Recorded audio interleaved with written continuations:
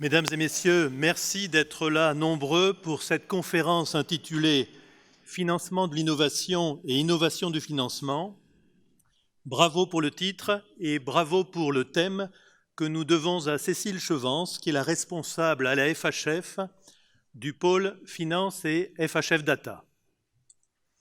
Je dois excuser Catherine Gindre, la présidente de la conférence des directeurs généraux de CHU.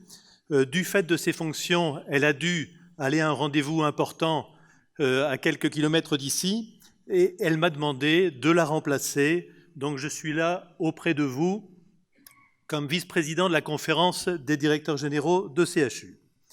Elle s'excuse et vous acceptez ses excuses. Merci, je le lui dirai. Tout d'abord, je voudrais présenter les intervenants. Ils vont aborder la problématique dans son ensemble, mais aussi toutes les actions de terrain, car tout ceci doit être émaillé d'exemples. Et autour des trois thèmes que nous avons retenus, le financement des investissements innovants, le financement de l'innovation pharmaceutique et le financement de l'innovation organisationnelle.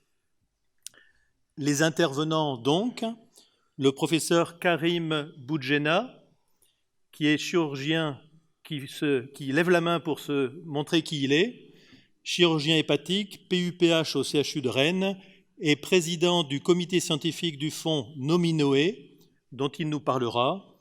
Il a été promu par Ouest France en 2017, le chirurgien en 1000 greffes de foie. Vous nous direz si en 2019, vous êtes à 2000 greffes de foie. Le docteur Éric Bazeillac, directeur des affaires économiques et internationales du LEM, est très consulté en tant qu'expert des questions de prix des médicaments. Rodolphe Bourré, mon ami Rodolphe Bourré, directeur du centre hospitalier de Valenciennes, c'est pas banal, je le dis, ingénieur et radiophysicien. Tu as aussi une habilitation à diriger les recherches, une HDR, et tu es donc le directeur de Valenciennes. Et dans ton parcours, tu as su rejoindre l'école des hautes études en santé publique. Le docteur Patrick Bonnet, qui est le chef du service de chirurgie digestive et viscérale du centre hospitalier de Valenciennes, qui, avec son directeur, a mis en œuvre bien des innovations. Et puis, le professeur Léonard Wittkamp, dermatologue, professeur à l'Université d'Amsterdam, où, monsieur le professeur, vous êtes titulaire de la chaire de télémédecine. Vous êtes aussi directeur général de Xysos Telemedical et vous allez nous en parler. Pour commencer sur un tel sujet, il faudrait pouvoir esquisser une définition de l'innovation. Ce terme est employé, on le voit bien, de façon très diverse, avec beaucoup d'adjectifs qui en perturbent la signification. Il est utilisé de manière assez floue.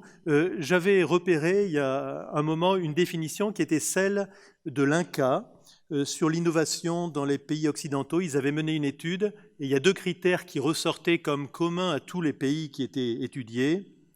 C'était le critère que l'innovation réponde à un besoin médical non ou mal couvert et que, dans le domaine de la cancéro tout particulièrement, l'innovation améliore la survie globale du patient par rapport à l'existant. Mais ces définitions ne couvrent pas tous les champs dont nous allons parler.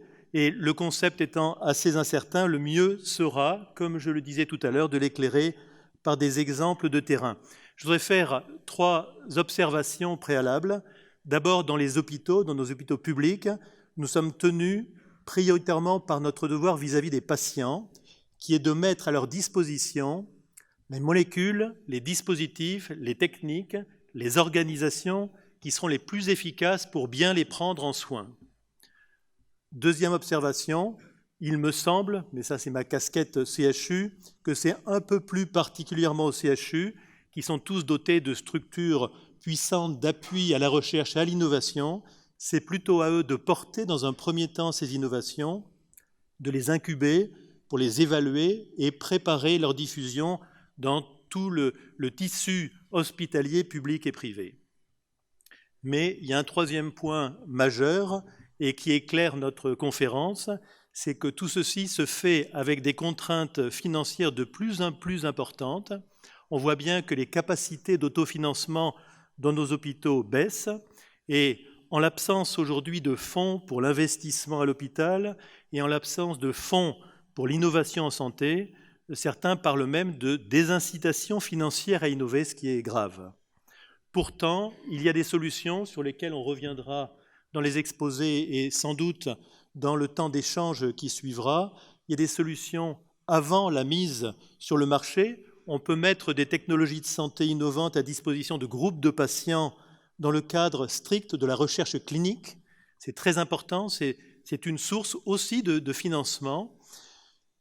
Ceci avant la mise sur le marché. Et après la mise sur le marché, l'hôpital, les hôpitaux et les CHU en particulier peuvent mettre en place, et beaucoup l'ont fait, des processus spécifiques d'évaluation et de financement de l'innovation en dégageant des marges en interne pour financer des innovations, dispositifs médicaux ou DM ou EDM ou médicaments.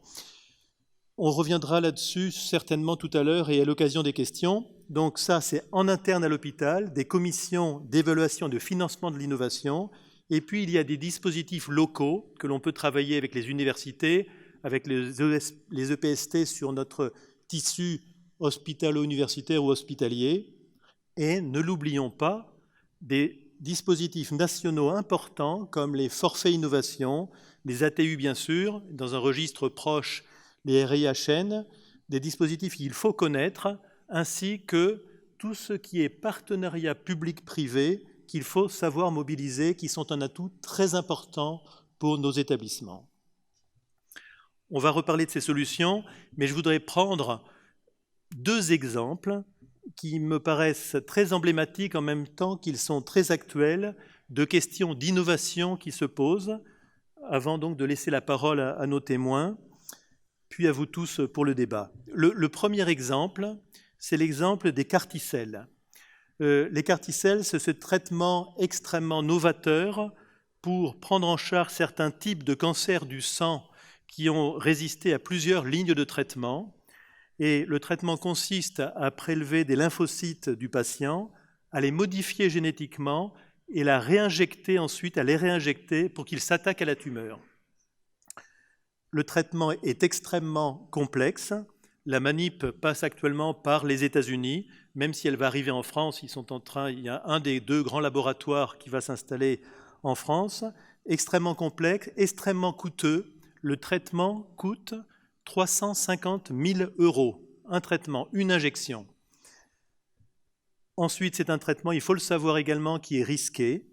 L'administration doit se faire à proximité d'un service de réa, mais tout ceci avec des succès assez spectaculaires et la perspective, nous disent les spécialistes, d'étendre à d'autres types de cancers du sang et sans doute au cancer solide ce type de traitement. Actuellement, il est en développement à la PHP, au CHU de Bordeaux, dans plusieurs autres CHU, et donc il y a la perspective d'une diffusion plus large, mais on a en arrière-plan les coûts considérables. Le financement actuellement se fait par un dispositif national qu'on appelle de l'article 48, si on doit revenir là-dessus. C'est pour les médicaments qui sont entre l'ATU et l'AMM, mais l'aventure est en cours, mais avec quand même une interrogation majeure sur le financement de ces traitements, s'ils doivent rentrer dans la routine ou dans une semi-routine, avec comment pourrait être autrement, certainement un impact sur le financement des soins courants, à 350 000 € la prise en charge. Donc ça, c'est le premier exemple, avec des interrogations de nature financière et de pérennité de notre capacité à financer. Et le deuxième exemple, que je trouve très intéressant parce qu'il est exemplaire de tout ceci et de la façon dont on travaille dans l'hôpital en France, c'est l'exemple des thrombectomies, qui est une spectaculaire innovation.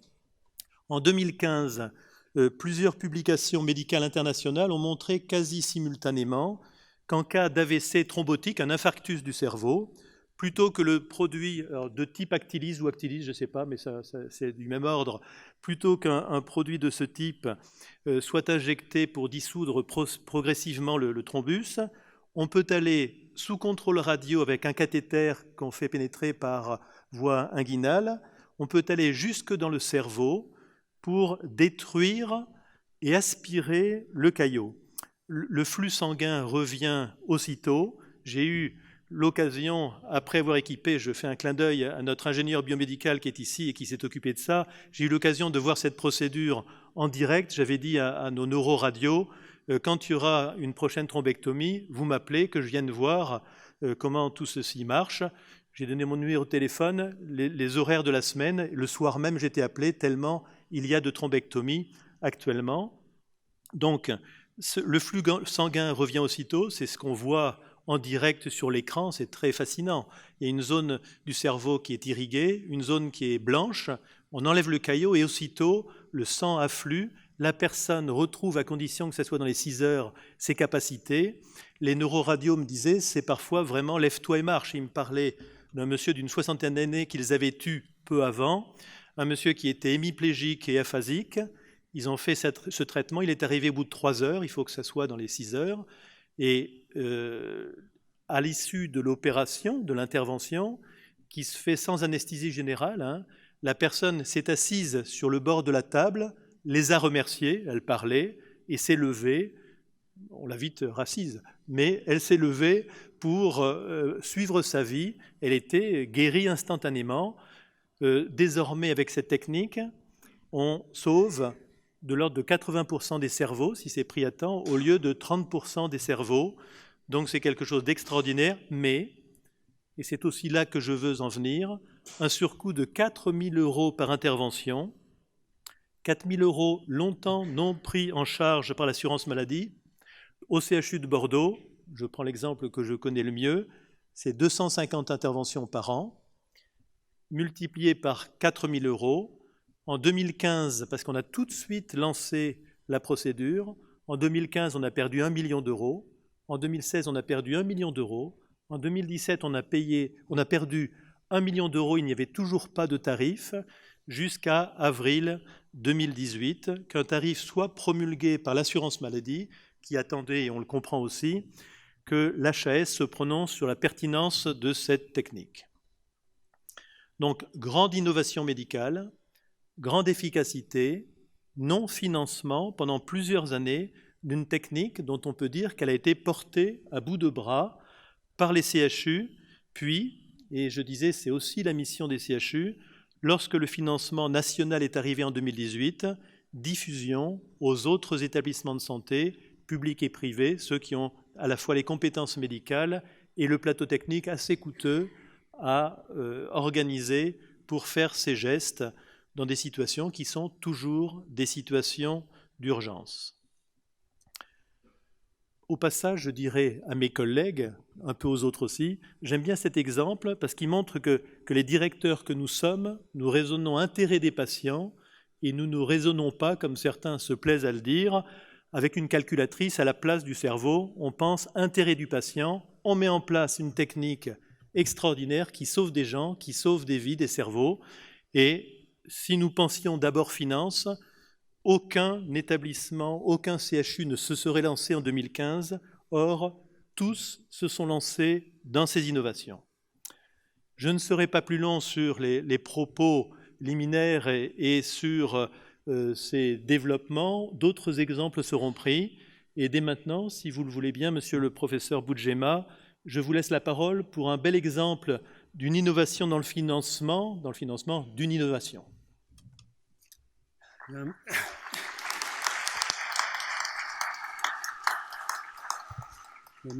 Merci, monsieur le directeur général. Mesdames, messieurs, bonjour.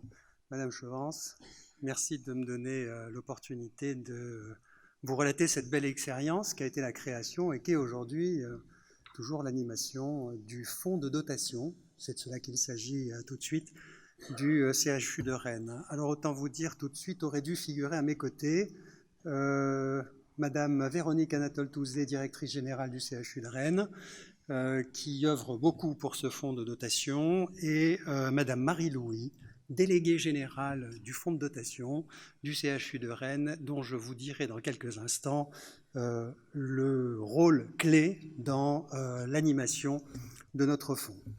Alors pour faire simple, un fonds de dotation, et c'est un médecin qui parle, vous me le pardonnerez, un fonds de dotation c'est un petit peu mieux qu'une association, et c'est pas tout à fait une fondation, mais ça en a tous les avantages. D'abord, quand vous le dites un peu vite, fonds de dotation, les gens entendent fondation. Ça en a le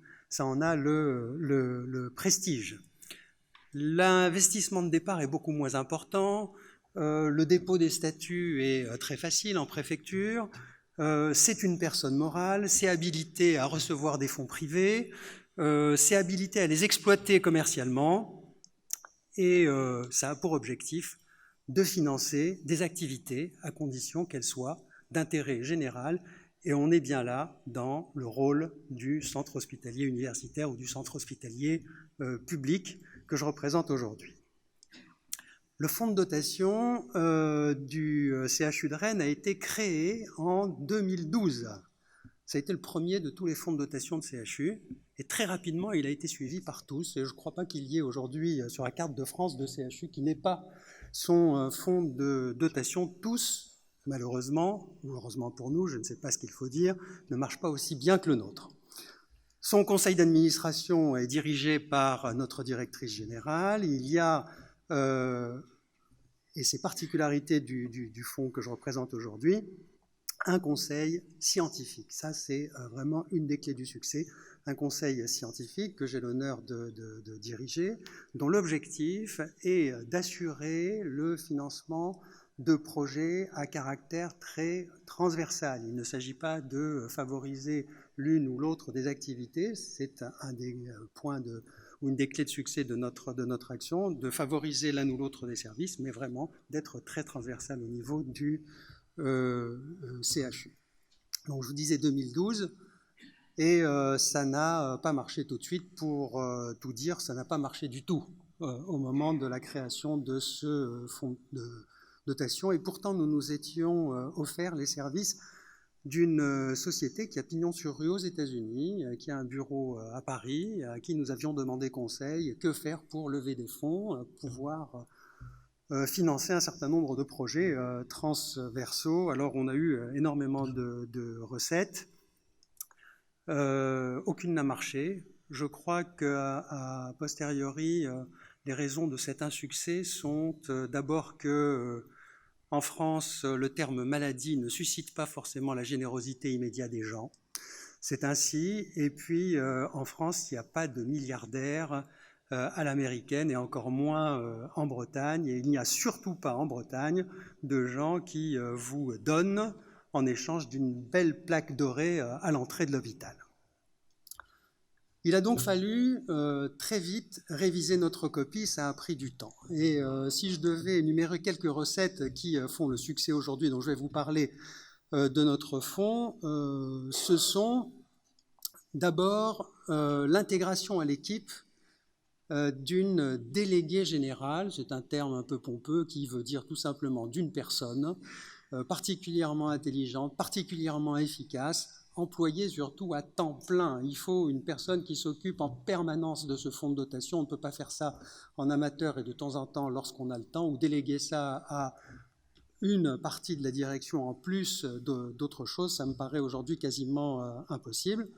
Et nous sommes tombés heureusement sur la bonne personne, une personne du cru, une vraie bretonne, parfaitement intégrée dans l'écosystème économique en particulier de la région, parfaitement communicante, animée d'une petite fibre politique, je veux dire par là connaissant parfaitement le terrain politique du territoire, bref, toutes les qualités qu'il fallait pour lever des fonds dans notre région.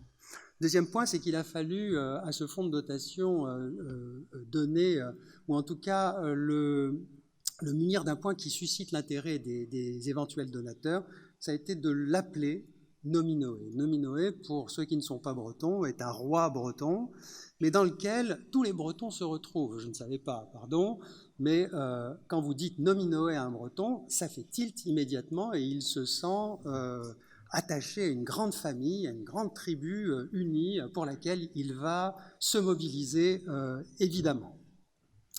Il a fallu ensuite comprendre dans le détail l'écosystème dans lequel on évolue. L'écosystème en Bretagne, le système entrepreneurial, se décline en 3 grands chapitres. Vous avez d'un côté la mer, donc l'entreprise qui tourne autour de la mer. Vous avez l'agroalimentaire, et Dieu sait s'il y a pour nous potentiellement de l'argent dans le monde agroalimentaire, et il y a aussi le numérique. Nous avons dû aller nous comprendre ces trois grands secteurs de développement.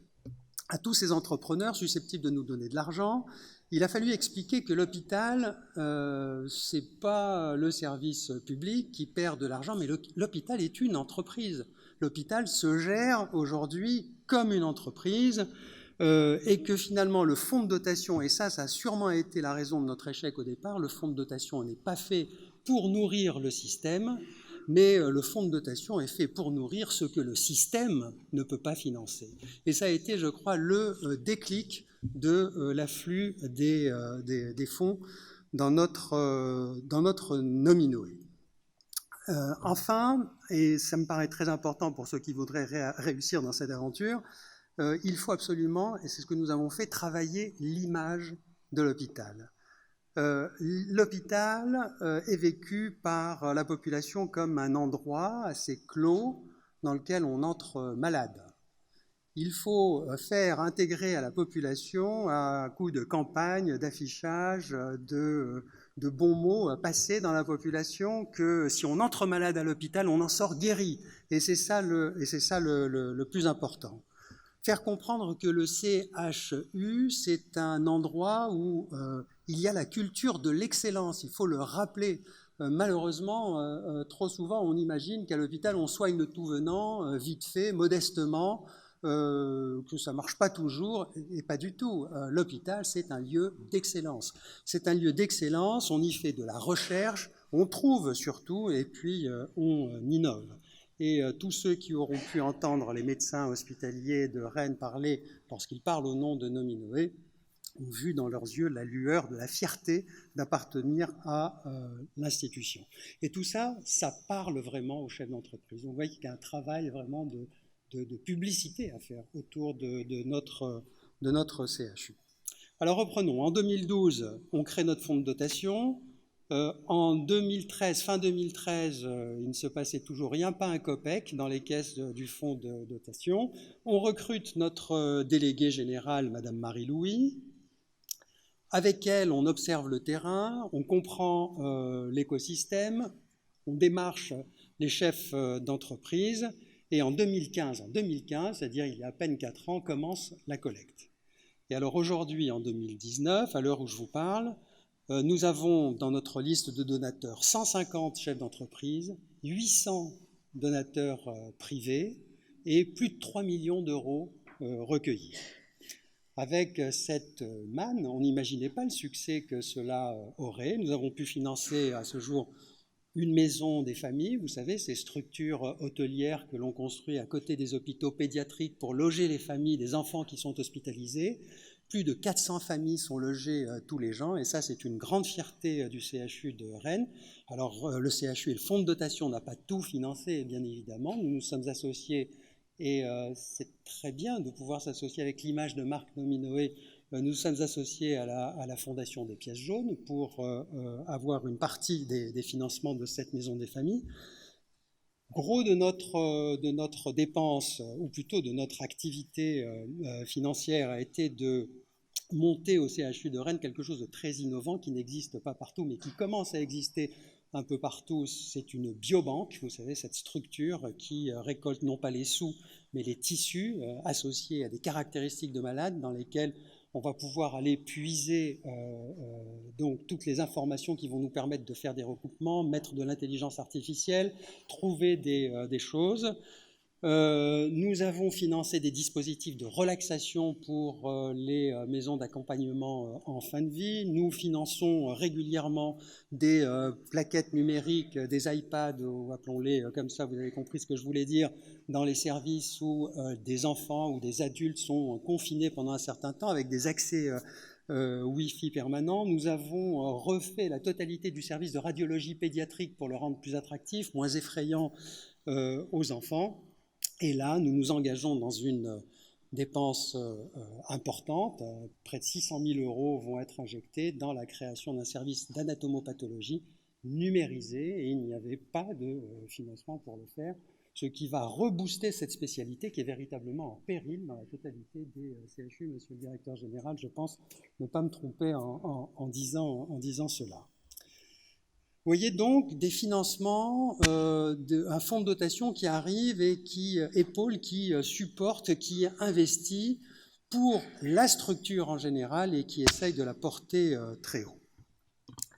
Alors tout ça ne se fait pas comme ça, vous l'avez compris, tout ça demande de l'énergie, tout ça demande de l'investissement, et je le dis en toute modestie, l'investissement des médecins est très important dans cette démarche. Il faut porter l'image de l'institution dans laquelle nous travaillons.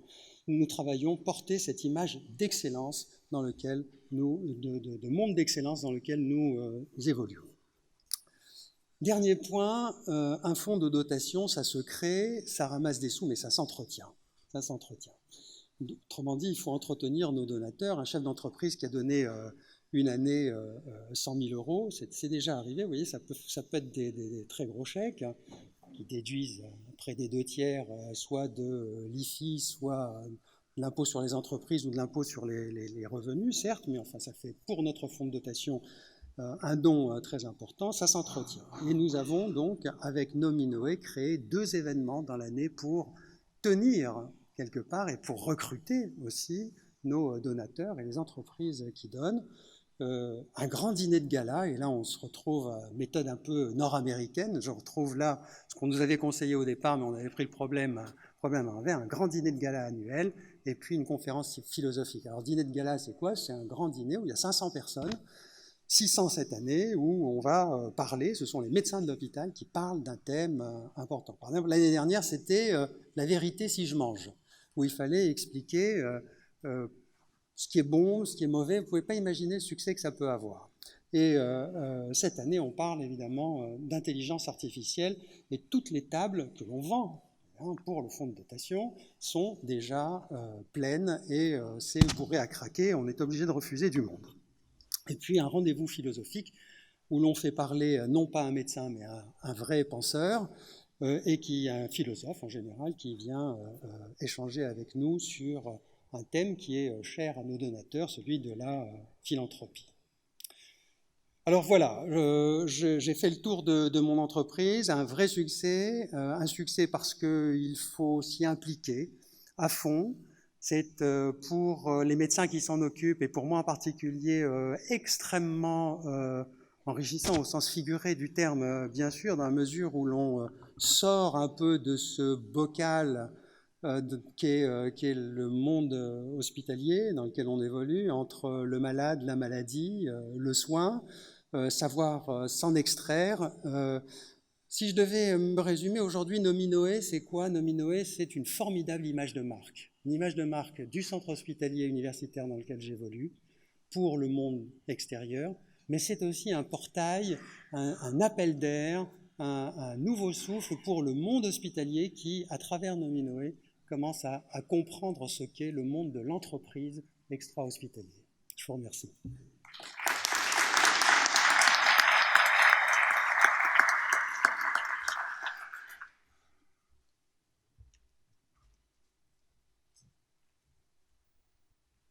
Les questions seront posées à l'issue de l'ensemble des interventions. Monsieur le directeur général, mesdames, messieurs, je voudrais d'abord vous remercier de nous avoir invités. Nous nous sommes invités nous-mêmes à la Paris Healthcare Week, si on peut encore l'appeler une dernière fois comme cela, depuis maintenant 2 ans, et nous en sommes très heureux avec cette idée que nous ne considérons pas usurpée, que les industriels du médicament aujourd'hui sont devenus de véritables acteurs de santé à part entière, et mon propos relève bien de cette perspective. Alors d'abord, le fait que nous ayons à nous interroger sur le financement procède d'une excellente nouvelle pour les patients, et je pense qu'il ne faut jamais démarrer un propos sur l'argent, le financement, sans commencer par rappeler cela. Il y a effectivement, depuis la fin des années 2010, on pourrait dater cela très concrètement à l'arrivée des nouveaux traitements de l'hépatite C, eh bien, des vagues d'innovations successives qui nous sont annoncées. Vous savez, au LEM, on pilote ça de manière extrêmement précise. On voit arriver aujourd'hui quelque chose de vraiment innovant à peu près tous les 2 ans. Rappelez-vous déjà, nouveau traitement de l'hépatite C en 2014, avec une promesse d'éradication de la maladie, ça n'est pas rien. 2 ans après, les immunothérapies dans le cancer, les anti-PD-1. Vous l'évoquiez tout à l'heure, 2 ans plus tard, les CAR-T-cells, première thérapie génique, là aussi en oncologie, et demain, beaucoup d'autres thérapies cellulaires et géniques dans les prochaines années. Donc on pourrait considérer ces vagues d'innovations successives comme des menaces de tsunami budgétaire.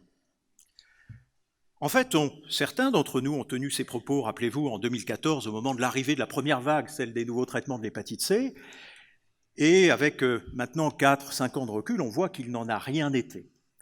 Et que le sujet du financement des innovations thérapeutiques est un sujet grave, important, qui est un sujet de société, qui est un sujet qui nous concerne tous, parce qu'il concerne la soutenabilité de nos systèmes sociaux auxquels nous tenons tous à pouvoir assurer pour tous nos concitoyens, on évoquait ce matin l'égalité d'accès à ces innovations pour tous les concitoyens, pour les années à venir. Donc ce sujet absolument grave, profond, mérite d'être analysé avec la finesse qui permettra effectivement de ne pas procéder de solutions à l'emporte-pièce ou de jugements à l'emporte-pièce un peu trop rapides.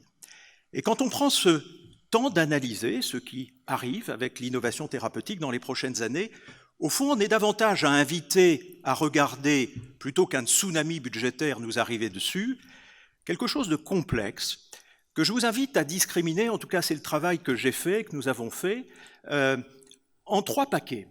3 paquets d'innovation. Et vous verrez que les défis économiques qui sont posés par ces 3 groupes d'innovations très différentes sont de nature très différente et appellent très probablement des solutions, puisque je voudrais vous proposer des solutions de nature très différente. Le premier paquet, c'est probablement les médicaments qui vont être capables d'éradiquer des maladies. Ah, voilà une proposition extraordinaire, extraordinairement rare d'ailleurs dans l'histoire de la médecine, extraordinairement rare. C'est arrivé, et ça arrive aujourd'hui sous vos yeux avec les nouveaux traitements de l'hépatite C. Je vous rappelle que notre ministre, aujourd'hui, mais nous disions ça nous-mêmes en 2014, peut-être avec des accents un peu fanfarons d'un pari, mais aujourd'hui la ministre dit « oui, on doit pouvoir éradiquer cette maladie en 2025, demain, en 2025 ». Voyez-vous, d'un point de vue économique, qu'est-ce que ça signifie? Il aura fallu mettre de l'argent sur la table, beaucoup d'argent. Je vous rappelle que le coût initial des traitements de l'hépatite C, c'était 800 millions d'euros. Quand on parle en net, vous savez, une fois que l'industrie pharmaceutique a payé, évidemment, toutes les remises, c'était en réalité, on peut se le dire maintenant, 600 millions d'euros, mais c'est quelque chose dans un budget annuel. Et puis on voit qu'au bout de 10-15 ans, ce sera zéro. Zéro est faux. Il y aura toujours un coût résiduel. Vous savez comment la maladie se transmet. Mais en tout cas, vous voyez que la vague, elle est circonscrite dans le temps. Ça veut dire quoi? Ça veut dire que pour ce profil type d'innovation, qui ne va pas beaucoup se reproduire dans le futur, il faut mettre beaucoup d'argent tout de suite. On génère beaucoup d'économies à moyen terme. On n'en a jamais parlé, mais si on réorganise les services hospitaliers autour de cette nouvelle prise en charge, il y a beaucoup de sources d'efficience et probablement d'économies à générer. On peut parler des greffes du foie, par exemple, qui sont utiles pour d'autres pathologies. Et puis, au bout d'un temps circonscrit, si l'on met le paquet, et ça c'est un autre message, en termes de dépistage et de prévention, parce qu'on n'éradique jamais une maladie avec les médicaments tout seuls, eh bien, on a la chose la plus efficiente du monde, c'est-à-dire coût zéro. Deuxième sujet, je veux parler des médicaments, ils seront beaucoup plus nombreux ceux-là, qui guérissent mais qui n'éradiquent pas les maladies. Le profil type, c'est les thérapies géniques. Je guéris individuellement, on citait 350 000 euros, oui, mais une fois que vous avez reçu la perfusion qui vaut 350 000 euros, vous êtes guéri. Pardonnez-moi de parler en termes grossiers, je suis scientifique, je n'aime pas caricaturer comme cela, je suis obligé de dire guéri quand je sais pertinemment que tous les patients ne seront pas tous guéris, qu'il y aura des complications qui peuvent aussi coûter, mais on va procéder un peu par caricature pour comprendre les grandes dynamiques. Ça va être quoi le défi économique pour ces médicaments qui guérissent? Eh bien, ça va être celui des populations prévalentes. Parce que vous voyez, au fond, on aura des bosses à assumer budgétaires. Quand je prends le cas de l'hémophilie, c'est très parlant. On va avoir des thérapies géniques dans l'hémophilie à horizon 2021-2022. L'hémophilie en France, c'est 6 000 patients. Si l'on fait l'hypothèse qu'on traiterait demain par thérapie génique, ce n'est qu'une hypothèse, les hémophilies sévères, c'est-à-dire la moitié, 3 000 patients. Le vrai sujet budgétaire, ça va être comment je traite, pardonnez-moi d'utiliser ce mot affreux, que je renie immédiatement, le stock, pour faire comprendre ce que veut dire le terme de population prévalente. Traiter la population prévalente, c'est traiter avec, c'est vrai, un prix qui sera cher, 3 000 patients, tout de suite. Mais après, vous n'aurez plus que les populations incidentes. On n'aura pas éradiqué la maladie, il y aura toujours la loterie génétique qui fera qu'on aura toujours, allez, pour l'hémophilie sévère, c'est quoi? Une petite centaine peut-être de patients par an, mais vous voyez que le coût budgétaire, aujourd'hui on dépense 500 millions pour traiter l'hémophilie par an. Demain ce sera quelques dizaines de millions. Mais il faut passer par le traitement de cette population, de cette vague énorme à traiter. Et puis vous avez un troisième camp, si j'ose dire, un troisième paquet, le plus important probablement, numériquement en tout cas, c'est celui des médicaments qui chronicisent. Le cancer est principalement dans cette situation aujourd'hui. Avec les thérapies ciblées, avec les immunothérapies, on rajoute des traitements au traitement, on modifie les stratégies thérapeutiques et on gagne un temps précieux sur la vie des gens. Il faut d'ailleurs s'interroger corrélativement toujours à la qualité de vie, qui va devoir être importante, et à la réhabilitation sociale qui devra aller avec cela. Mais tout ça, ça signifie qu'on va chroniciser les maladies. Le cancer est aujourd'hui une maladie qui est encore mortelle dans 1 cas sur 2. Demain, ce sera une maladie chronique. Je parle de diabétisation, pardonnez-moi ce terme, mais il fait comprendre un peu en termes de coût ce que ça veut dire du cancer, à des niveaux de prix évidemment qui seront élevés. Et vous savez, les principales sources, le diabète nous apprend ça, d'économie dans une pathologie qui se chronicise, ce n'est pas le coût des médicaments, c'est le coût de l'organisation des soins. Il faudra être vigilant à cela. Alors j'en arrive à mes pistes de solutions, peut-être, troisième partie de mon intervention. Qu'est-ce qu'il faut faire si on essaie de créer cette typologie qui n'a de sens qu'à travers mon prisme, hein, vous pouvez en trouver d'autres plus intelligentes et plus pertinentes. Voyez-vous, moi j'aime beaucoup le titre sur lequel vous nous invitez à raisonner parce qu'il parle d'innovation du financement. Ben oui, il n'y aura pas one size fits all, il n'y aura pas une solution unique et univoque. Il ne suffit pas de dire je vais augmenter les taxes, je vais augmenter la pression de régulation. Non, c'est beaucoup plus malin que ça. Il faudra être intelligent et trouver des processus innovants de financement. Si je prends par exemple, et c'est le premier sujet, inventons des modalités innovantes de financement. Si je prends le sujet des thérapies géniques par exemple, tel que je vous l'ai décrit, vous voyez bien que le défi c'est comment j'assume une charge extrêmement importante sur un terme très circonscrit, mais qui après va me faire des économies gigantesques. La solution qui vient à l'esprit, c'est l'étalement de la charge, comme on le fait tous quand on achète une maison. On n'a pas le pouvoir d'achat d'acheter une maison comme ça comptant, on fait un crédit. Donc il faudra, et on est déjà à l'œuvre pour réfléchir à ça, imaginer des systèmes de crédit. Mais si je reprends mon image de l'hémophilie de tout à l'heure, qui coûte aujourd'hui 500 millions par an, vous voyez bien qu'on peut arriver à programmer, en sachant qu'après il y aura guérison.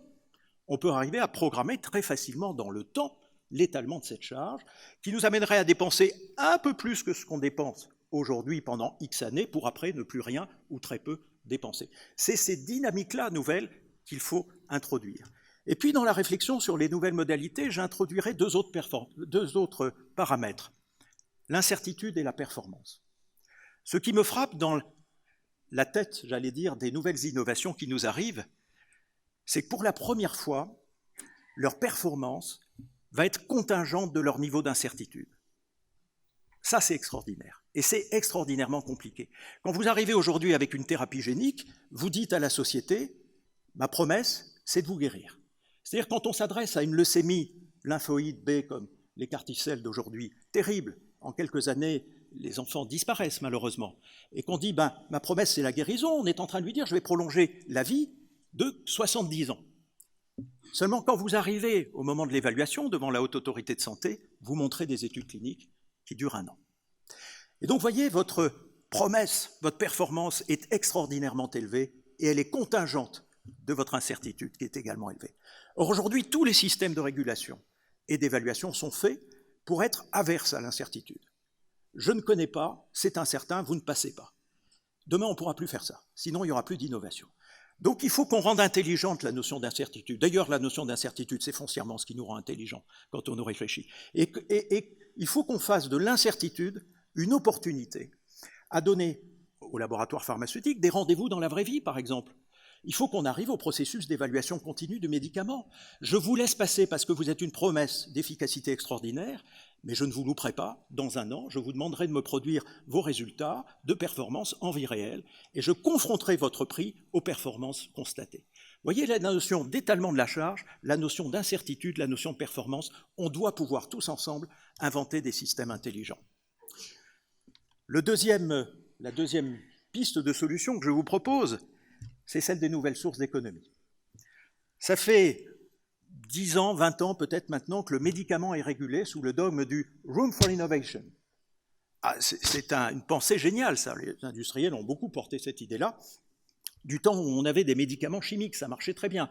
C'est-à-dire qu'on donnait une enveloppe budgétaire pour le médicament. Je vous rappelle qu'en France, l'enveloppe nette du budget du médicament n'a pas bougé depuis 2009. 23 milliards 100 en 2009, 23 milliards 100 en 2018. Et on se disait, vous allez vous débrouiller dans cette enveloppe. Pourquoi? Parce que régulièrement, il y a des brevets qui tombent, il va y avoir des génériques, et les génériques, ça va permettre de faire de la place budgétaire pour budgéter les nouveaux médicaments. Et puis ensuite, il y a le CEPS qui va travailler, il travaille très bien, et il va réguler de manière dynamique le prix d'un médicament. Tout ça est normal, mais tout ça ne va pas suffire. Tout ça ne va pas suffire pour une raison simple, c'est qu'aujourd'hui, et ça je vous le prouve, si vous me faites l'amitié de m'interroger par mail, je vous répondrai avec des études précises là-dessus, ce système est à rendement décroissant. Et tout le monde peut le comprendre, dès que vous arrivez dans une période très faste, comme aujourd'hui, d'innovation, eh bien dans l'enveloppe qui ne bouge pas, vous avez à financer toujours plus de médicaments toujours plus chers par des médicaments qui sont sur l'os et pour lesquels vous avez de moins en moins d'espace en termes de capacité de financement. Et vous savez malheureusement, quelle est la première variable d'adaptation budgétaire qui se produit dans un cas comme ça? C'est l'allongement des délais. Et c'est ce qui est en train de se passer. Je dis cela avec beaucoup, à la fois de gravité et beaucoup de prudence, parce qu'aucun des acteurs ne veut cela. Bien sûr qu'aucun des acteurs ne veut cela.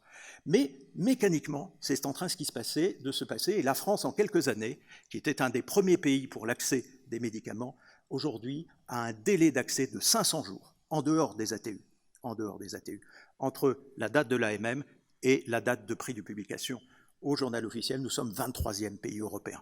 Donc voilà ce qui se passe. Donc il va falloir trouver, et j'arrive presque à ma conclusion, monsieur le directeur général, il va falloir trouver de nouvelles sources d'économie. Je lance 2 idées très rapides sur la table, je n'ai pas le temps d'approfondir.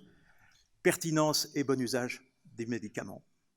Ça fait 3 ans que je travaille, et en bonne intelligence, il faut le dire, avec le ministère de la Santé, sur un programme de lutte contre la iatrogénie médicamenteuse. Dans le bon usage du médicament, il y a des sources d'économie à générer chaque année qui se comptent en centaines de millions d'euros. La deuxième source d'économie, c'est évidemment les économies dans l'organisation des soins. On a fait une très belle étude sur le cancer de la prostate qui mériterait d'être extrapolée en regardant les économies potentiellement induites par les innovations thérapeutiques qui vont arriver dans le cancer de la prostate à horizon 10 ans. C'est 10 à 15% des coûts globaux de la maladie. 10 à 15%. Ça se chiffre en milliards. Ce n'est pas le plus facile, politiquement. Et puis, vous qui êtes le monde hospitalier, vous savez à quel point il est difficile de changer, évidemment, les organisations. Je terminerai par une dernière idée, qui est celle du cadre de la régulation générale. C'est folie aujourd'hui de réguler notre système budgétaire pour le médicament, nos organisations, par une loi de financement de la sécurité sociale qui est myope à 1 an. Myope à 1 an. La France pilote des dépenses aussi importantes que celles des médicaments, que celles de l'hôpital, que celles de l'organisation des soins, en se redemandant chaque année ce qu'elle va faire. Le concept d'innovation est incompatible avec le concept de court terme. Donc il faut élargir la focale temporelle de la régulation, il faut une loi de financement de la sécurité pluriannuelle, triennale, quinquennale, ce serait encore mieux. Et il va falloir, et ce sera mon dernier mot, que l'on ait le courage politique, je voulais terminer là-dessus, de dire que le budget que nous consacrons, non pas aux médicaments, mais aux innovations thérapeutiques pour nos concitoyens, n'est plus suffisant. 23 milliards 100 en net, une croissance dans la dernière LFSS de 0,5%, excusez du peu. Les Anglais viennent de renégocier le niveau de régulation budgétaire de leurs médicaments à 2% de croissance par an pendant les 5 prochaines années. Vous voyez, nous, 1 an, eux, 5 ans, 2%. Les Espagnols viennent de décider de l'indexer sur la croissance du PIB, c'est à peu près 1,2% chez eux. Les Allemands, les médecins allemands viennent de signer avec les autorités de régulation, les caisses allemandes, un accord de croissance sur la partie ville. Évidemment, il s'agit des médecins de 3,7% de croissance par an. Vous voyez comment est appréhendé le défi de financement de l'innovation. Nous sommes à 0,5%. Et vous savez, le danger politique, si nous continuons à être, nous, médicaments, la variable d'ajustement du système, le danger qui nous guette, c'est que les urgences sociales de notre pays, et l'hôpital est une urgence sociale, la souffrance sociale de l'hôpital est une réalité. Vous me permettrez de conclure avec mes tripes de médecin. C'est une réalité sociale. Il serait fou d'opposer les intérêts de l'urgence sociale de l'hôpital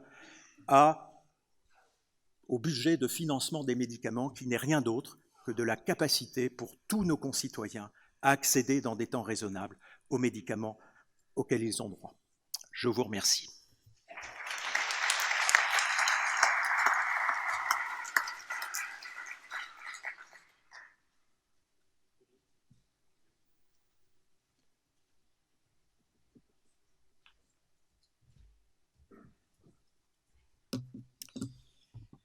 Le bouton vert. Bonjour à tous, monsieur le directeur général, bonjour à tous.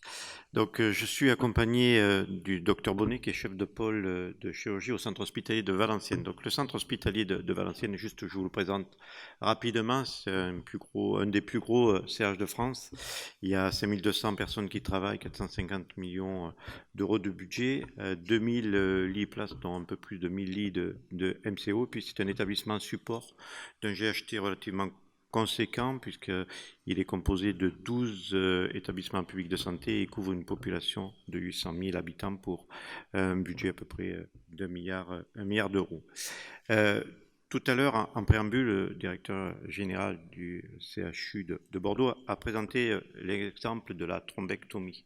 C'est un exemple qui est tout à fait significatif dans ce que peut apporter effectivement le monde hospitalier dans son domaine les plus vertueux. C'est-à-dire qu'à un moment donné, il faut que des établissements se mettent en situation de prendre des risques pour pouvoir financer, entre guillemets, l'augmentation de la qualité des soins, et que c'est extrêmement important qu'on puisse s'inscrire dans cette démarche de qualité et de pertinence. Et là, je rejoins également ce que vous disiez, c'est qu'il faut absolument qu'on soit dans ce cercle vertueux.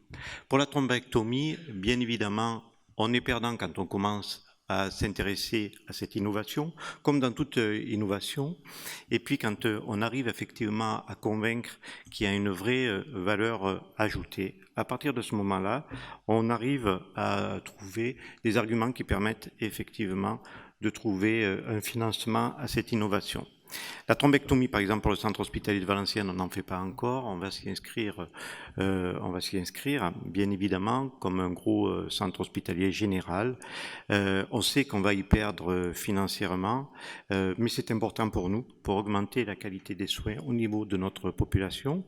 C'est important également que les centres hospitaliers universitaires puissent le plus rapidement possible également transmettre leur savoir-faire, parce que ça aussi c'est une question qui est importante. Et l'innovation, quand on en est détenteur, il ne faut pas en garder le monopole, il faut être capable de la diffuser, et donc ça c'est important. Le cadre de la question d'aujourd'hui, c'était l'innovation et le financement. Donc le centre hospitalier de Valenciennes est un centre hospitalier qui a l'habitude d'avoir une certaine agilité dans l'innovation, notamment dans l'innovation managériale. On a un mode de management qui est un mode de management décentralisé, avec une délégation polaire poussée et une gestion médicalisée. C'est-à-dire que mes prérogatives en tant que directeur, je les ai données à 90% aux chefs de pôle. Les chefs de pôle ont la capacité de gérer ce qu'on appelle, nous, des business units et d'avoir une autonomie de gestion. Donc, on a cette capacité au sein de l'établissement de pouvoir réaménager nos structures pour répondre à des problématiques qui sont des problématiques complexes et qui nécessitent quelquefois effectivement de nous entraîner dans l'innovation. Quand est apparu l'appel à manifestation d'intérêt sur les financements au parcours, et notamment au parcours liés à la qualité et à la pertinence, et donc ce qu'on appelle le financement via l'article 51, le centre hospitalier de Valenciennes s'est inscrit dans cette démarche parce qu'elle a ça, je dirais, dans son ADN, d'essayer de se reconfigurer, de se re-questionner chaque fois pour essayer de trouver la meilleure organisation pour, d'une part, répondre à la qualité des soins et, d'autre part, également, après, trouver les financements qui vont avec. Donc, si on regarde un petit peu cet article 51 un peu plus dans le détail, il faut comprendre d'abord notre mode de financement actuel. On a un mode de financement qui est un mode de financement qui est plutôt basé sur les épisodes de soins aigus, avec une certaine autonomie, on va dire, de fonctionnement des différentes structures qui interviennent dans un parcours de soins. Notre parcours de soins, notre grosse difficulté, vous le savez tous, c'est que ça manque de coordination, autant au niveau de la ville, autant même au niveau de l'hôpital ou des structures hospitalières, qu'elles soient privées ou publiques, et après la prise en charge post-soins aigus. Et tout ça, bien évidemment, ça coûte cher, mais surtout, ça, vous l'avez vu, il y a des interfaces un peu de partout, et donc il y a des ruptures dans l'égalité de chances de traitement, mais il y a des ruptures aussi dans la qualité des soins. Et donc, notre financement, qui est la tarification à l'activité, ne permet pas justement d'avoir une meilleure prise en compte globale d'un financement au parcours. Donc, sur cette base-là, on en a fait le constat au niveau du centre hospitalier de Valenciennes et on a répondu à deux prises en charge. La première, ce sont les prises en charge au niveau des prothèses de hanches et de genoux. Et également, on a répondu au parcours sur la colectomie sur cancer. Ces deux épisodes, ces deux parcours sont significatifs en fait d'un cycle de soins qui va commencer en ville, qui va ensuite aller dans l'hôpital et qui après va nécessiter une prise en charge post-opératoire. Et donc on voit bien que si on ne coordonne pas tout cet ensemble, on va avoir des financements à l'épisode, mais on n'aura pas un financement basé sur la qualité et puis on n'aura pas un financement basé sur la pertinence. Et donc la question, c'est comment on arrive à mettre en place cette coordination. Et cette coordination, bien évidemment, elle doit être efficace, elle doit être rapide. Et puis, elle doit répondre à des intérêts. Il faut que chacun, quand on fait de la coordination, y trouve un intérêt et qu'on soit dans des relations gagnant-gagnant. Bien évidemment, le patient est le premier gagnant, mais le patient est aveugle. Quand il vient chez nous, il est aveugle. Et il sait qu'il souffre d'une pathologie, mais après, il se confie au système de santé. Donc, il faut l'aider à ce que cette confiance, elle soit bien prise en charge. Après, si on arrive à financer la qualité, vous le savez, la qualité, de toute manière, elle est garante d'une économie. Et donc la société dans son ensemble en est bénéficiaire. Et puis après, la question se pose pour les équilibres de l'hôpital également, sur lequel il faut savoir mettre en place des ressources. Et c'est toute la difficulté que nous avons, c'est que si on fait des efforts au niveau d'une structure, elles sont vaines si ce n'est pas l'ensemble du système qui bouge et qui change. Donc, si on regarde le financement à l'épisode de soins, c'est le cadre de l'article 51. Donc, il faut essayer, comme je viens de vous le présenter, d'avoir une organisation générale qui est sur l'ensemble du cycle de soins. Quand je dis du cycle de soins, je pourrais presque dire du cycle de santé. Le cycle de santé voudrait dire qu'on fait intervenir également de la prévention. Bon, on n'en est pas encore là au niveau de l'article 51, mais je pense qu'à terme, très certainement, il faudra aussi envisager des parcours qui soient des parcours complets avec la prévention et, in fine, la surveillance post-opératoire, même quand on est guéri. Et on le voit également dans l'intervenant précédent, on arrive maintenant à traiter des pathologies, et ces pathologies se chronicisent, et le coût de la chronicité est extrêmement important, et il faut savoir l'accompagner. Sur cette finalité, bien évidemment, puisque les règles actuelles ne permettent pas de trouver, pour l'instant, d'avoir un modèle stable, il faut le tester. Et donc, c'est ce que nous proposons de faire au centre hospitalier de Valenciennes, avec d'autres établissements d'ailleurs qui participent à cet article 51, pour tester un mode de financement relativement décloisonné, parce qu'il faut coordonner l'ensemble de nos structures, que ça aille des libéraux aux structures hospitalières, privées, publiques et après post-opératoires. Le tout, c'est comme objectif, comme je l'ai dit également, c'est d'améliorer la qualité, la sécurité, la pertinence. Les principes, c'est là où c'est difficile, c'est qu'il va falloir avoir le plus possible une prédiction du parcours. Et là, avoir une prédiction du parcours, c'est également compliqué. Le docteur Bonnet va vous présenter un exemple médical. Prédire, c'est déjà anticiper, c'est organiser les structures. Et quand on travaille sur un domaine comme est le domaine médical, l'humain, ce n'est pas une science exacte. Et donc, il faut absolument savoir au moins se baser sur une certaine expérience, et puis après il faut savoir gérer les risques, et c'est pas toujours simple de gérer les risques quand on est sur des financements. Tout le monde n'accepte pas de financer un risque. Sur les modalités de financement, donc il faut que ça se fasse avec des critères de management. Donc pour l'instant, si on va dans le cadre du parcours 51, c'est qui va coordonner, qui va distribuer ce financement. Et puis également, ce qui est important, c'est d'encourager bien évidemment une structure qui est complètement, on va dire, transversale. Je vous laisse présenter. Si vous voulez. Bonjour, je vous remercie de votre accueil. Je remercie le directeur général de Bordeaux de sa présentation. On vous a parlé de la délégation polaire à l'hôpital de Valenciennes. C'est quelque chose qui nous a semblé important, et c'est quelque chose qui a été positif, je pense, pour cet établissement.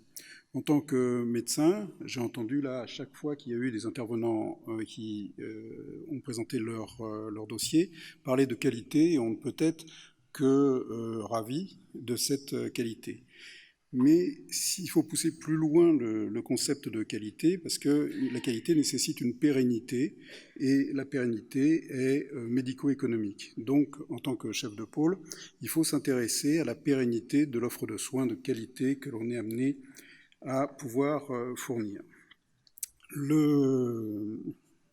Entrer dans le cadre de l'article 51, pour nous, était quelque chose qui coulait assez de sources, du fait de la politique de l'établissement et du fait des principes de gestion du pôle, qui sont des principes qui reposent donc sur une qualité et sur une innovation constante. Alors l'innovation, vous l'avez là représentée, et ça s'inscrit parfaitement avec les besoins du parcours du patient, c'est-à-dire que l'ERAS, c'est une technique de RAC, de réhabilitation après chirurgie, qui permet une diminution des comorbidités et qui permet également, en effet induit, mais pas effet recherché initial, une diminution de la durée moyenne de séjour. En France, il y a actuellement 2 centres formateurs ERAS, qui sont l'hôpital de Lyon et l'hôpital de Valenciennes, qui n'est pas un CHU.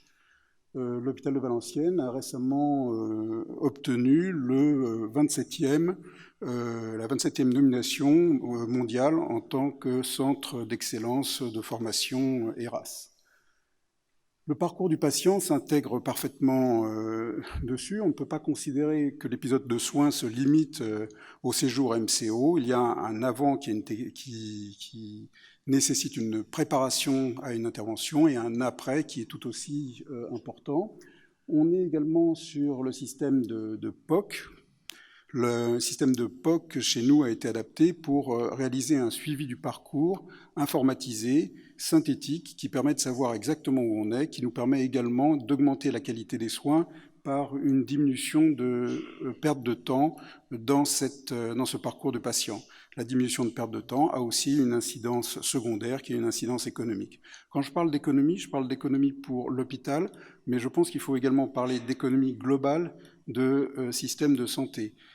Il faut savoir parfois dépenser et être peut-être en déficit sur une partie de l'offre de soins si globalement, soit pour l'hôpital, soit pour le pays, ça se traduit par une économie et pas penser d'une manière trop cloisonnée le système économique de santé. L'intégration de nouvelles technologies, ça nous a paru important parce que là aussi, il y a des gains à faire sur la qualité des soins et sur le parcours du patient. Pour preuve, on a commencé par faire un investissement en salle hybride. Une salle hybride, c'est une salle de haute technologie radiovasculaire qui permet de faire des gestes endovasculaires très précis avec une moindre dose d'irradiation des patients, et puis par l'acquisition plus récente d'un robot. Je ne vais pas rentrer dans la polémique ou dans les explications sur ce qui concerne le robot, mais on peut considérer que dans certaines indications, le geste est plus précis et qu'il puisse y avoir une diminution de durée d'hospitalisation secondaire à l'utilisation d'une technique moins invasive. Donc, à chaque fois, on va retrouver, en termes de fonctionnement de l'hôpital, la possibilité d'un gain qui annule une dépense. La dernière chose, c'est que les pôles sur l'hôpital de Valenciennes sont donc orientés vers une performance médico-économique et ont développé un système de comptabilité analytique avec des partenariats qui nous permettent de savoir précisément où l'on investit, pourquoi on investit et combien est-ce que ça peut entraîner de dépenses immédiates à long terme et quel est le retour également sur investissement, parce que je pense qu'il faut parler également de retour sur investissement.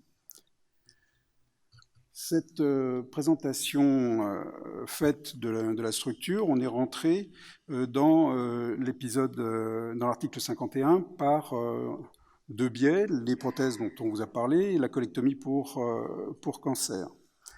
Donc la prise en charge puisqu'on va parler de cet épisode-là, la prise en charge commence par un adressage du patient avec évidemment une consultation de gastro-entérologie, une consultation de médecine préalable.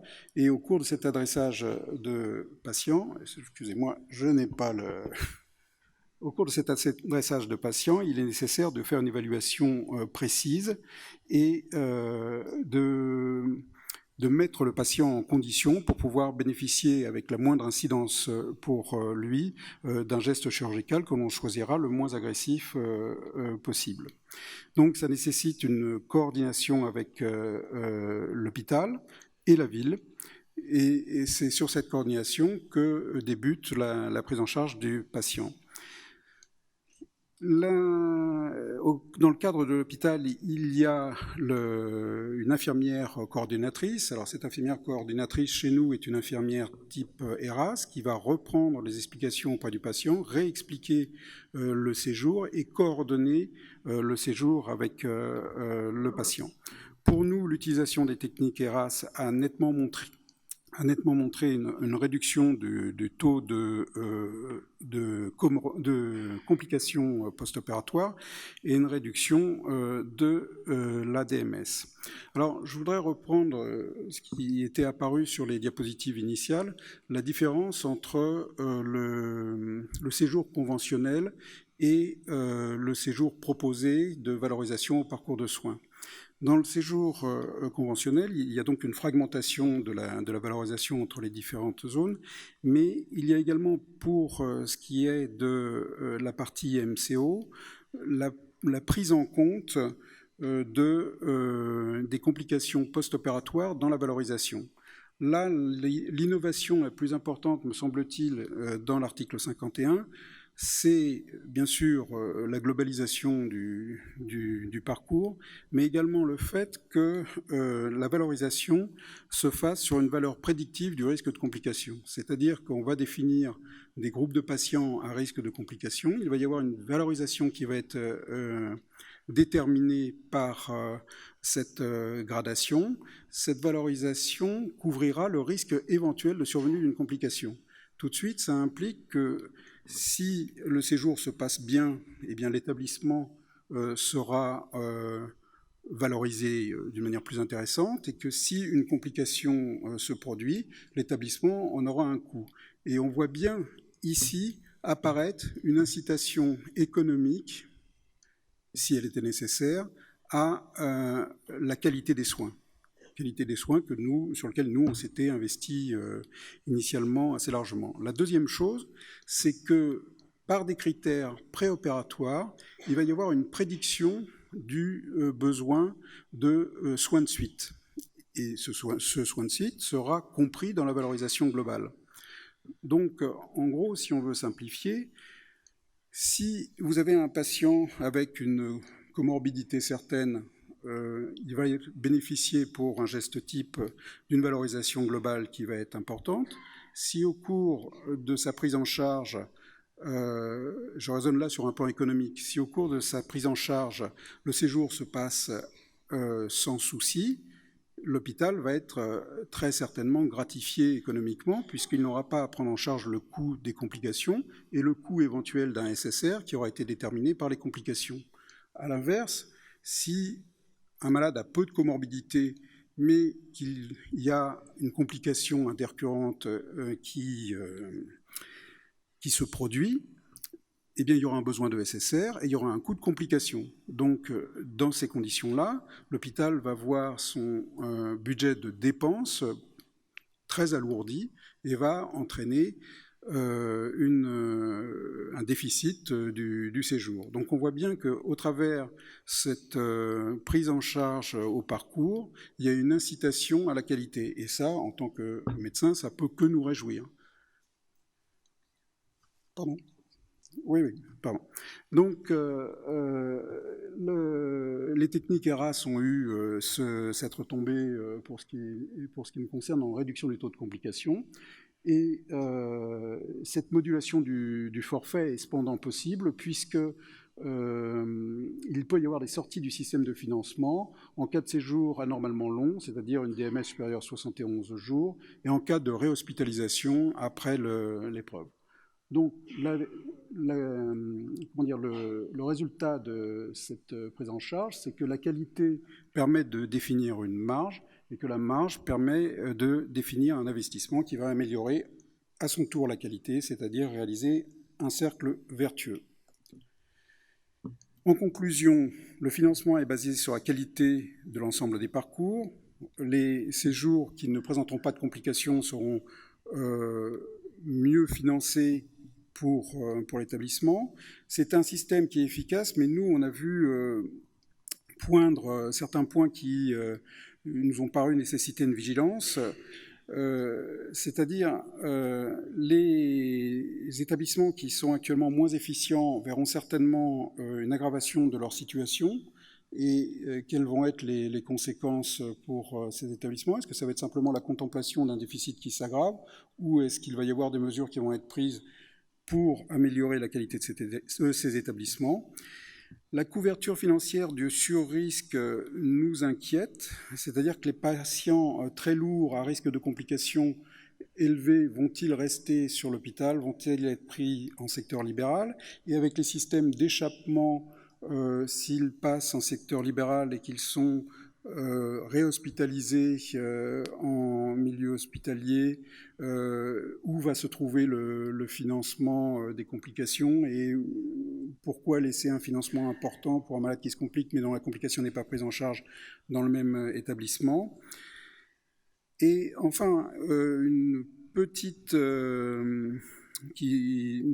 inquiétude aussi, c'est le financement par les établissements des intervenants de ville. Actuellement, ce financement est prévu pour ce qui est kiné et infirmière, mais à partir du moment où il y aurait un financement des adresseurs et une variabilité du financement en fonction du résultat, on peut être légitimement inquiet sur peut-être une forme de financiarisation, une dépendance financière de l'adresseur à l'institution. Et ça, je ne crois pas que ce soit une bonne chose. En tout cas, il sera nécessaire de faire une analyse médico-économique de l'expérimentation pour savoir si elle doit être poursuivie. Mais à mon sens, il y a des choses qui sont très intéressantes dans ce système de valorisation au parcours, dans la mesure où il est capable de promouvoir une qualité. Voilà, je vous remercie.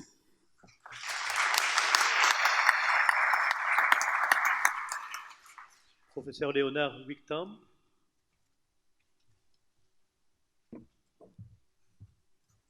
Merci bien. J'ai l'impression, il me paraît que le système de financement de la médecine en France est aussi compliqué qu'en Hollande et peut-être plus compliqué que la médecine elle-même. Ça va? Oui. Ok, pardon. Oui. Ah, merci. Je suis enchanté et ravi, honoré de parler avec vous de l'innovation en Hollande, de l'organisation de la santé. Je suis dermatologue, je ne practice plus. Je suis aussi directeur de XIOS. Et le XIOS, c'est le plus grand hôpital en Hollande. Nous voyons plus que 300 000 patients par an, avec 30% on améliore chaque année. On fait ça avec 10 000 médecins, 7 500 médecins généralistes et 2 500 spécialistes et aussi avec 3 000 paramédics. Je vais vous expliquer plus tard. Je vais vous expliquer aussi pourquoi. Moi, je suis dermatologue et moi, je voyais beaucoup de patients que je pensais pourquoi ils viennent chez moi.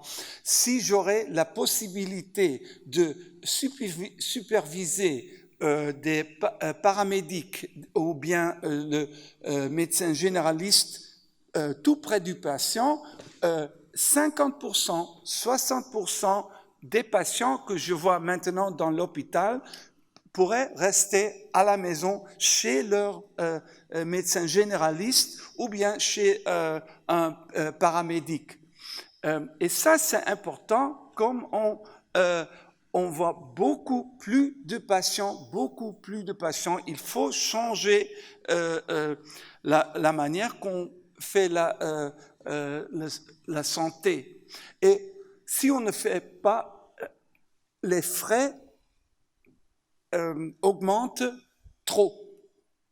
Alors, on voit le vieillissement et on voit qu'on peut plus donner de la santé, des soins d'une manière qu'on le faisait jusqu'à maintenant.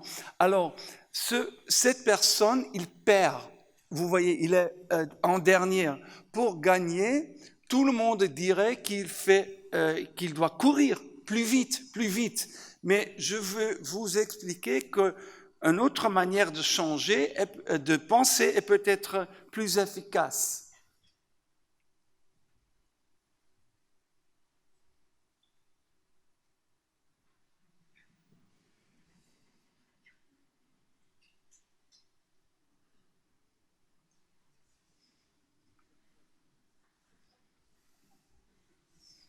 Et je peux vous garantir que lui, il va gagner. Alors, avec moins d'énergie, il va gagner. Et ça, c'est ce qui va arriver aussi dans le système sanitaire. Ça, c'est ma ville où j'habite, Amsterdam. Et vous voyez, le centre d'Amsterdam a été construit dans 12 ans, dans le siècle d'or. Et le siècle d'or, pourquoi Amsterdam a été la ville la plus riche d'Europe? Parce que Amsterdam, calviniste, eux, ils étaient le premier d'accepter que le monde était ronde et pas plat. Et c'est pour ça qu'ils ont voyagé le monde en bateau, et ça était la raison de leur richesse en ce temps-là. Une autre manière de penser. Alors, je vais vous aussi expliquer des bâtiments qui sont vraiment dans les endroits les plus chers de Amsterdam. Ça, c'était le clinique de l'université d'Amsterdam. Dans les années 60, on a changé, comme c'était juste dans le centre, on a changé ça, et alors dans les années 60, 70, on a remplacé le centre universitaire de l'université d'Amsterdam, où je travaille aussi, 130 km de corridor. Le bâtiment le plus grand de l'Europe. Alors, à ce temps-là, la transformation était en bâtiment, fusion des hôpitaux et grands bâtiments. C'est encore le paradigme des hôpitaux. Mais il y a aussi une autre transformation qu'on voit partout dans la société. Voici la bourse à Amsterdam. C'est plus la bourse, c'est une salle de congrès. Ça, c'était la plus grande banque d'Amsterdam, de la Hollande, mais pas seulement ce bâtiment, mais toute la rue était la banque. Cette banque, juste un petit endroit, ça est devenu complètement digital. Alors, la transformation digitale, c'est le nouveau paradigme dans le secteur bancaire, dans le secteur financier, et aussi dans le secteur des grands magasins. Et il y avait un grand magasin en Hollande, ça n'existe plus. On fait tout par Internet. Alors, on voit que dans la société, dans la société, il y a un changement, une transformation digitale. Et moi, j'ai la conviction, que cette transformation va aussi venir dans la société, dans le système sanitaire. Quand on voit, et je vais vous raconter à propos de Xios, nous n'avons aucun bâtiment, pas. Nous travaillons avec 7500 généralistes, 2500 spécialistes, aucun bâtiment. Nous n'avons pas de frais pour les personnels qui sont là pour le système. Nous avons que 80 personnes qui travaillent pour supporter, mais je pense 50% pour l'innovation. Alors, tous les frais qu'un hôpital normal a pour les bâtiments et tout ça, nous n'avons pas, et nous pouvons investir dans l'innovation. Par exemple, pour la dermatologie, je suis un dermatologue, je peux bien superviser un médecin généraliste quand il m'envoie une photo. Quand il m'envoie une photo, 70% des patients que je vois comme ça, je ne vois plus physiquement. Mais aussi dans l'ophtalmologie, tous les diabètes, tous les gens avec des contrôles normaux. En Hollande, nous avons un temps d'attente entre 6 mois et 12 mois. Quand ce patient irait au opticien, au ophtalmologiste, qui est supervisé digitalement par le même ophtalmologue qui travaille dans l'hôpital, pour des soins, pour les cas qui ne sont pas très compliqués. Il n'y a pas d'attente. 50%, nous avons vu 150 000 patients déjà comme ça. 50% des patients, c'est pas la peine de les voir physiquement en ophtalmologue. Je supervise le paramédic et seulement les patients qui ont besoin, ils sont, je les vois physiquement. Pour beaucoup d'indications. Et ça, c'est pour l'ophtalmologie, ça c'est pour la dermatologie, mais la même chose pour la cardiologie, pour la santé mentale. Il y a des programmes qu'on puisse faire à la maison sous la supervision d'un psychiatre, mais digital, et pas sur vidéoconférence, mais toujours en store and forward. Je ne sais pas le nom en français. Pardon. Excusez-moi. Alors, je vous ai dit déjà, et on fait aussi des recherches avec des patients, ils sont très, très, très contents. Ils ont toujours le choix, ou bien j'attends et je vois le spécialiste physiquement, ou bien je vais à un ophtalmologue ou physiothérapeute, infirmière qui est supervisée par le spécialiste. Bien sûr, ça est toujours pour des cas qui ne sont pas compliqués, qui sont routines, que comme spécialiste, je peux dire, moi, bien, je peux les superviser en distance. C'est une autre manière de penser, c'est une autre manière d'organiser, mais c'est encore complètement la même chose comme Airbnb est un hôtel, comme Uber est un taxi, c'est comme Xios est un hôpital.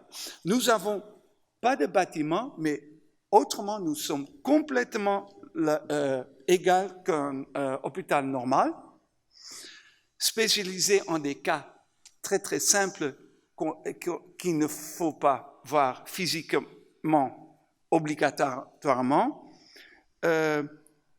300 000 patients par an, croissant, et ça pourrait être aussi une idée en France, je ne sais pas. Alors, il y a un changement de paradigme, je vous ai dit. Alors, c'est la même chose, mais d'une autre manière. Xios est remboursé exactement comme les hôpitaux normaux en Hollande. La même façon. Alors, ça, c'est une compétition, je ne sais pas le nom, je m'appelle, let's say, you will see it. You will see it. Vous le verrez, je ne sais pas le nom, non, c'est du sucre. Yeah. Alors, c'est une compétition qui peut manger ça le plus vite. Oh, non. Non. Yeah, maybe. Well, no, maybe la régie peut faire ça. Non. Oh, peut-être. Alors, je vais vous expliquer que. Alors, on pense. Yeah, oui.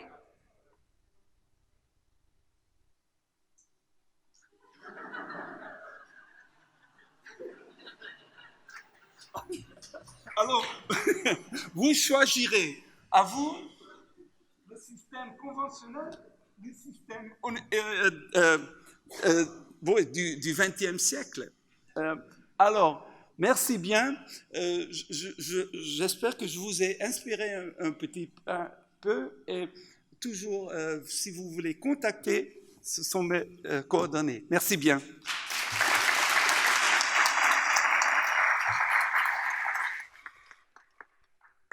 Merci, monsieur le professeur. Quand tout à l'heure j'ai dit qu'il y aurait débat, j'aurais dû être un peu plus discret parce qu'on est à moins 2 minutes. mais seulement moins 2 minutes sur l'horaire. Est-ce que vous avez, avant que nous ne concluions, est-ce que l'un ou l'autre d'entre vous avait une question? Marquez comme jeudi, comme ça, personne ne va poser de questions.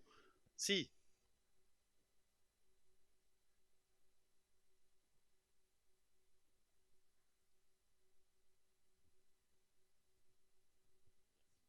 Oui, Daniel Sechter, PUPH de psychiatrie au CHU de Besançon.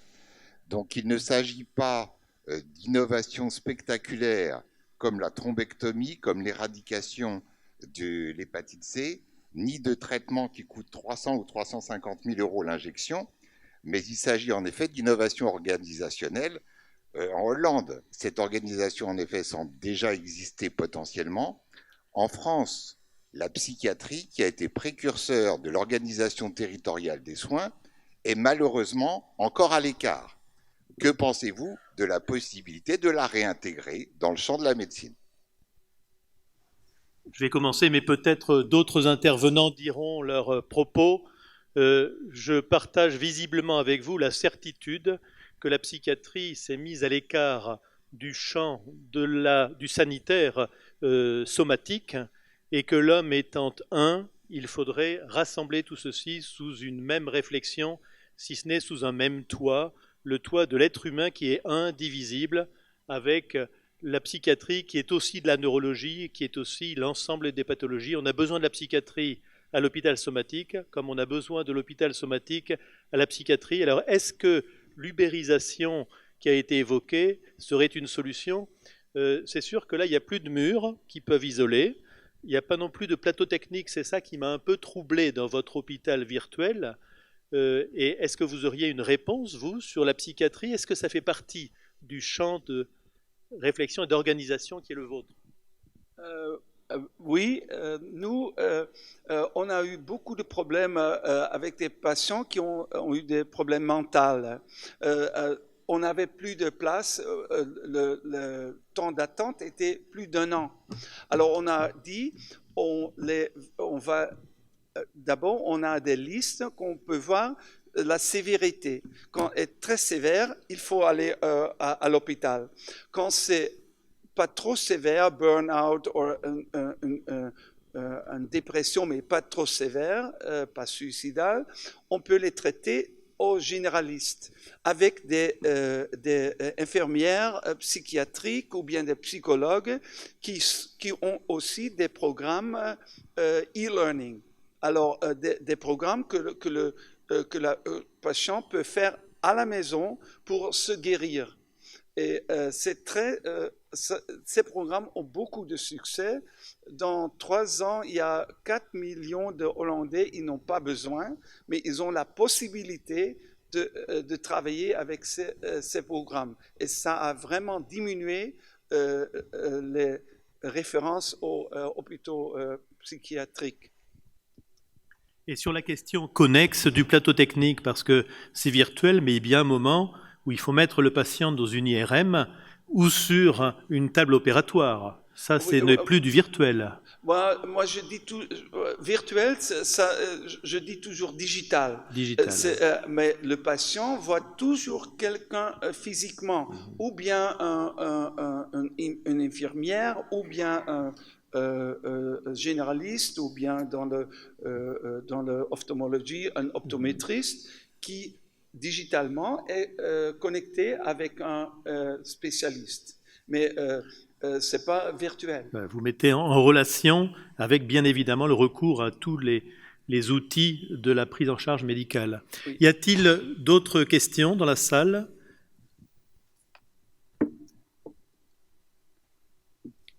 Oui, professeur Morla. J'ai une question aux collègues de Valenciennes. Le schéma que vous décrivez de délégation très forte vers les pôles est parfois challengé par le fait de la difficulté, on va dire, de contrôler une éventuelle inflation de dépenses. Et deuxièmement, comment vous réglez également l'inéquité éventuelle entre les pôles? Certains sont producteurs, d'autres pas. Il faut très bien calibrer les pôles au départ. Enfin, voilà les deux questions que je me pose. Votre modèle me séduit intellectuellement, mais il y a 2 écueils. Je ne sais pas très bien comment vous arrivez à résoudre le problème.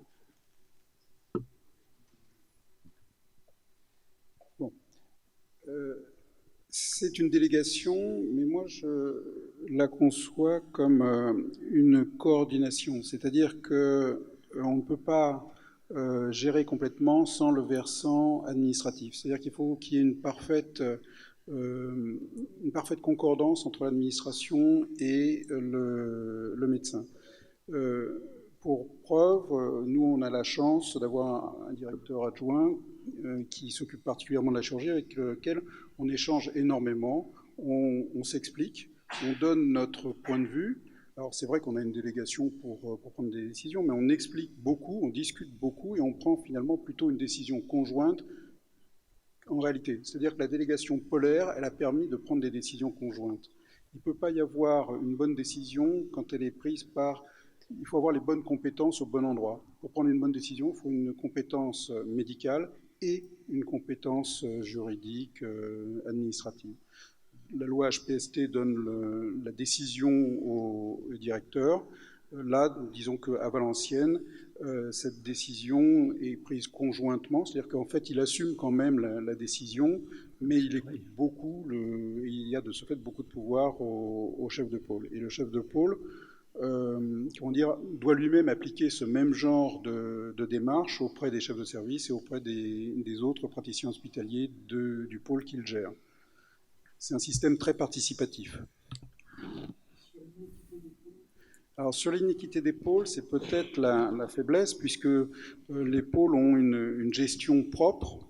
On peut nous reprocher une gestion un peu en silo, mais disons qu'intellectuellement, en tant que médecin, on fait tout pour promouvoir le chemin du patient transversal, c'est-à-dire que c'est un peu ce que je vous disais vaguement au cours de l'explication que je donnais.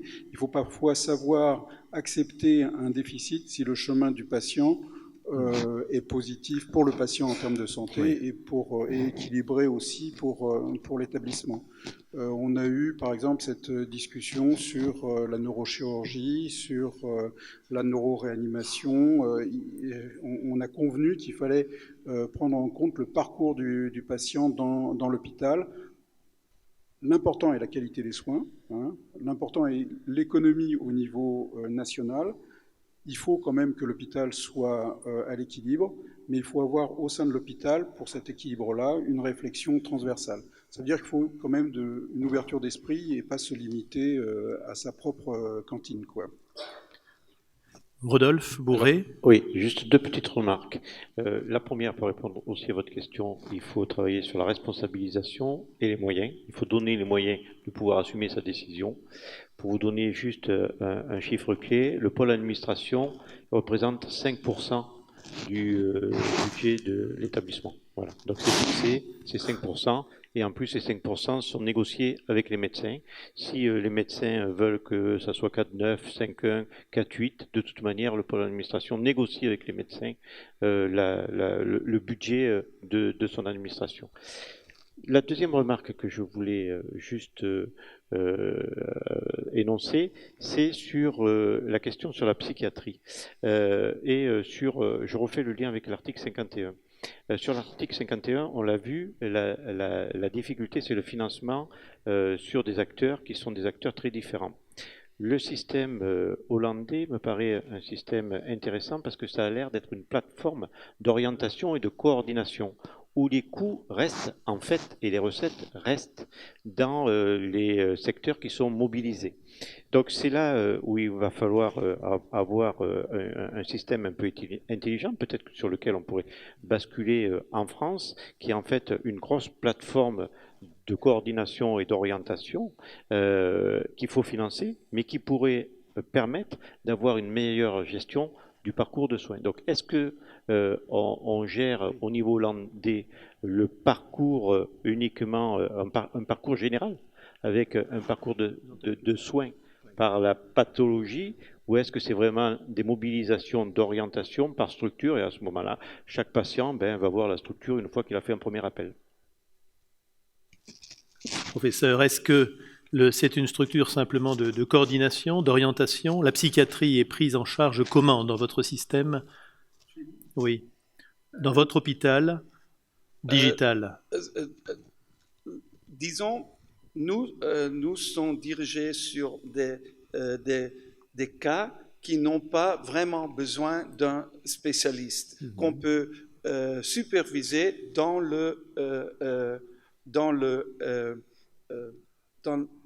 près du patient, auprès du généraliste.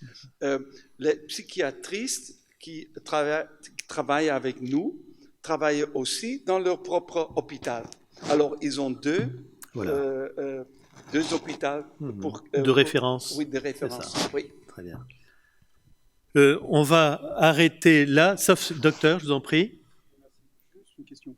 Pour nous, on a une réflexion qui ressemble un petit peu, qui est moins aboutie que la vôtre, mais qui ressemble un petit peu, parce que notre problématique, et je pense pas qu'on soit les seuls à la voir dans la salle, c'est le désenclavement de certains territoires périphériques, d'une part, pour l'accès aux soins, en sachant que le Nord a ceci de particulier, c'est qu'il y a un taux, il y a une surmortalité pour les pathologies qui est pour part liée à des difficultés d'accès aux soins. Donc on a un centre qui est performant, mais il faut que les patients puissent arriver au centre, ou alors il faut que l'hôpital puisse accéder par un moyen concret ou un moyen virtuel aux patients. Il y a des expériences ailleurs en France, non pas en Hollande, mais dans les Landes, en Nouvelle-Aquitaine, où cette coordination a été mise en place et permet de pallier l'éloignement des médecins qui sont assez peu nombreux par rapport même à la population sur un département très vaste. Nous en sommes à la conclusion. On a fait le constat ensemble qu'il n'était pas question de fléchissement dans la volonté de mettre à disposition de tous nos patients les soins les plus innovants. Ceci pour des raisons éthiques et puis aussi parce qu'on est très encouragé par les succès récents et très puissants qui ont été décrits par les uns et les autres avec la perspective d'éradiquer l'hépatite C, avec les carticelles, ça a été cité à plusieurs reprises, avec les immunothérapies également qui permettent de chroniciser et de faire durer la vie de ceux qui seraient morts rapidement sinon. Les industriels de la santé se sont affirmés comme ce qu'ils sont pour nous, des partenaires, sachant attirer aussi notre attention, on a bien entendu, sur la nécessité de trouver des pistes d'économie. Alors, sur le bon usage, la pertinence, vous le disiez, sur l'organisation des soins, et de ce point de vue-là, l'expérience de Valenciennes était intéressante comme montrant que l'on peut avoir ce souci de meilleure organisation sur un territoire. Aussi, vous l'avez dit, nécessité de mieux financer le médicament pour qu'il arrive plus rapidement aux patients. C'est un de vos sujets de préoccupation majeurs, on l'a compris. On a aussi, à travers les propos, encouragé à des processus innovants pour le financement. Vous avez évoqué, proposé le paiement conditionné à l'efficacité, en particulier pour les carticelles, 350 000 € si la personne décède. C'est déjà le cas si elle décède en file d'attente, si elle décède avant que le produit modifié génétiquement ne revienne des États-Unis ou de Hollande d'ailleurs. Si la personne décède, il n'y a pas de paiement. Mais là aussi, si le traitement devait échouer, vous proposez qu'il n'y ait pas de paiement. Le fonds de dotation est une expérience extrêmement intéressante, celui de Rennes, qui a été cité. Vous disiez tous les CHU en ont, j'en connais un qui n'en a pas, c'est le CHU de Bordeaux, tout simplement parce qu'on a pris le parti pris dans la mesure où il y avait déjà un fonds de dotation universitaire, de se fondre en un seul fonds pour qu'il n'y ait pas d'ambiguïté vis-à-vis des grands donateurs. Et par contre, président d'université et DG du CHU sont côte à côte pour la gouvernance de ce fonds.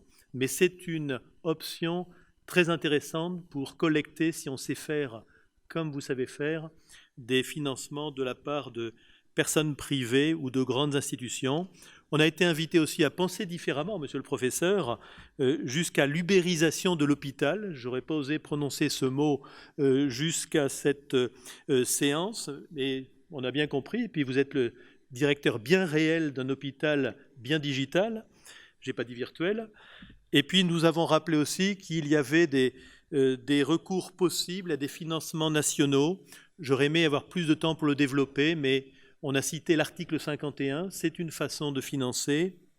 J'avais évoqué le forfait innovation, qui est très intéressant et auquel on peut recourir les uns et les autres. Et puis, pour tout à fait terminer cette fois, on a entendu parler d'excellence, on a entendu parler d'engagement, On l'a entendu en néerlandais et en breton, mais c'est en français que je vous dirai merci et rendez-vous au prochain Santexpo.